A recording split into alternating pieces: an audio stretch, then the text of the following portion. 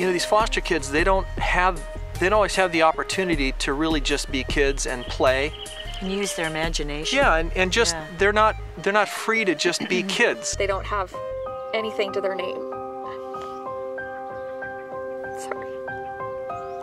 Like, they'll show up with a trash bag of shoes and clothes that don't fit them. They have nothing. They have no family. I saw where hair had been pulled out of their head. I saw the burn marks. We've had kids here that had cigarette burns on them. We've had kids that have been abused in the worst way you could ever imagine. And I'm very angry with the adults that put them in that position. Being in foster care sometimes builds a lot of anger. I was a biter, and anytime another kid would mess with me or tick me off, you know, I just go grab him and bite him. I had one counselor had to separate me, and I just really wanted to bite, and he actually let me bite his arm instead. A group of incredible people, spend a week with them, providing healing and hope, as well as great memories for a young child. I had a guy, James, he was 11, and nothing sort of appeased him. I said, James, what do you want? What can I do to help you? And I was pretty out of patience by then. And he just said, I want my dad to get out of jail. And started crying. And I have, you know, my father actually was an alcoholic. We hugged and we cried together, and we prayed for our fathers together. And as we were walking up to the dining commons, I was complaining to my wife that I did not want to be at a camp for abused children on my birthday. And from behind us, I heard this little guy speak up, and he said, I've never had a birthday. What do you mean you've never had a birthday? I mean, it was so much a given, you know, in my life. I can't fix everything here, but I know for Jason, I can do something.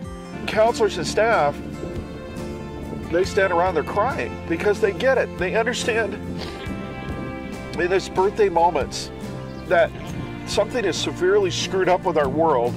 If you've got the innocence of 6, 7, 8, 9, 10, 11-year-old children who've never experienced something that we think this is what it's all about to be a kid. And his counselor said, okay, George wants to do the swim test.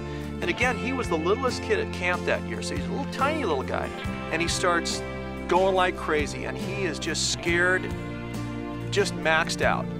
And he's doing his dog paddle and kicking like crazy, and everyone in the pool area is cheering him on. There was so much screaming. Just People screaming, came running go to see George, what was going go on. George, go George.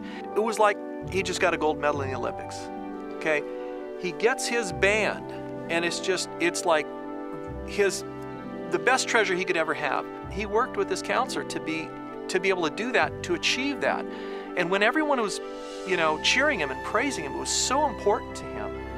And that's kind of like, you know, a lot of these kids don't get that. A lot of kids that come to our camp, they don't get that positive reinforcement. She couldn't read. She hadn't been to school. She wasn't in school. So I would sit there with her each night and read her letters and stuff. And, you know, when I saw her face, like, as I was reading them to her, she's like, that one's from you. And I was like, yep, that one's from me. And she said, can someone else help me? Because I want to write you something.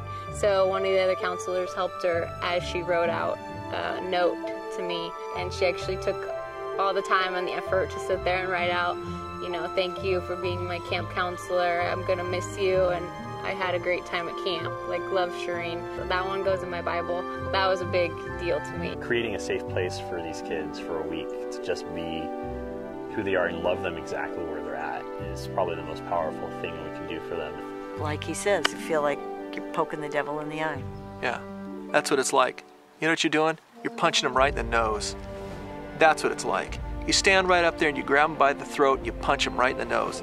That's what we do every week.